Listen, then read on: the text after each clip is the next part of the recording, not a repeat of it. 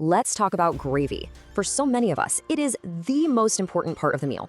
But man, it can also be the biggest source of stress. Well, today we are ending that stress for good. You know the feeling, right?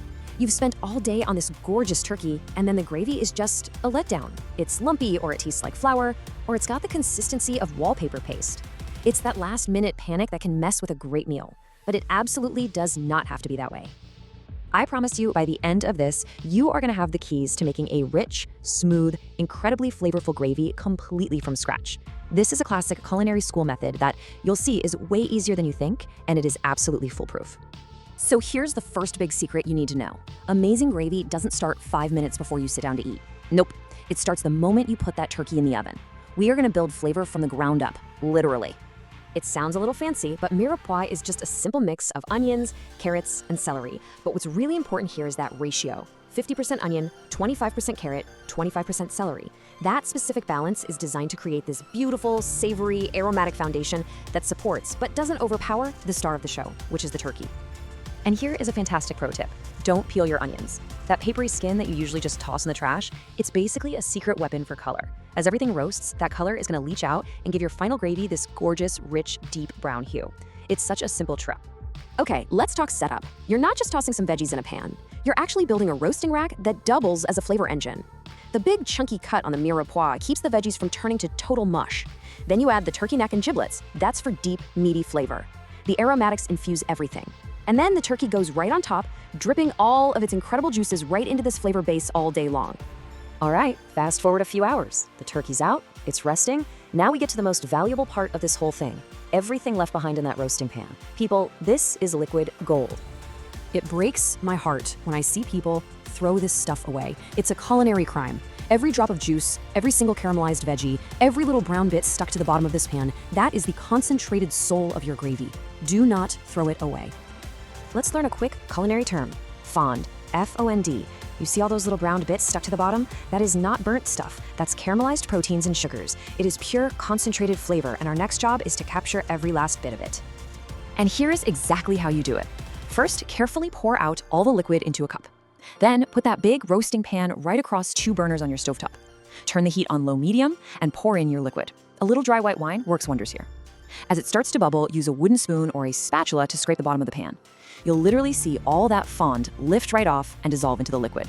That is your flavor base right there. Okay, so we've got all this incredible flavor, but in that container of juices we poured off, there's also a pretty big layer of fat floating on top. So how do we get all the good stuff without making our gravy a greasy mess?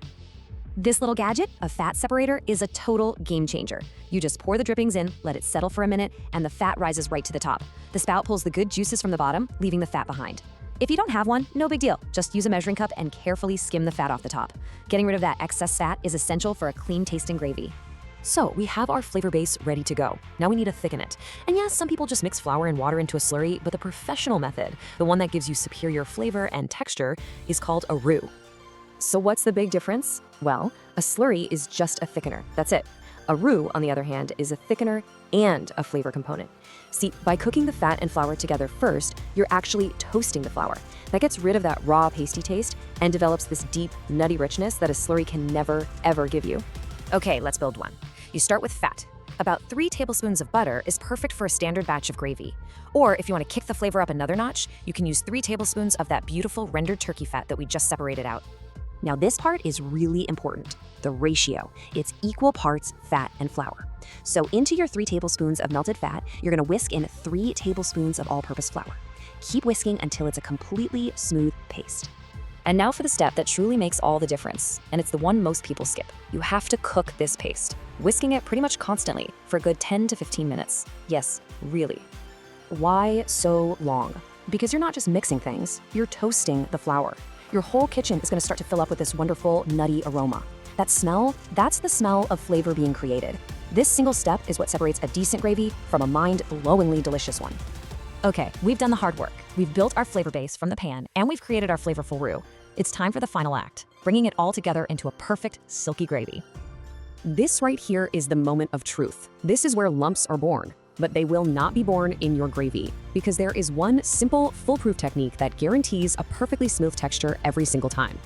Here it is. While you are constantly whisking your hot roux in the pot, you slowly, and I mean slowly, pour in your warm liquid. That's your turkey stock and those deglazed drippings we made.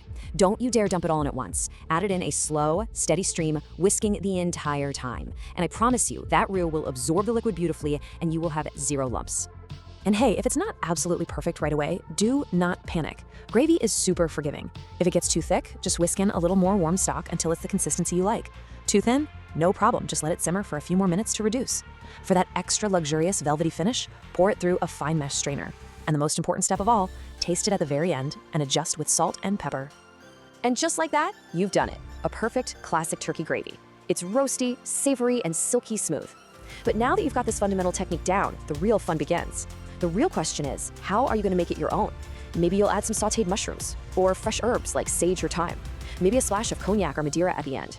This foundation is yours now. Go build on it.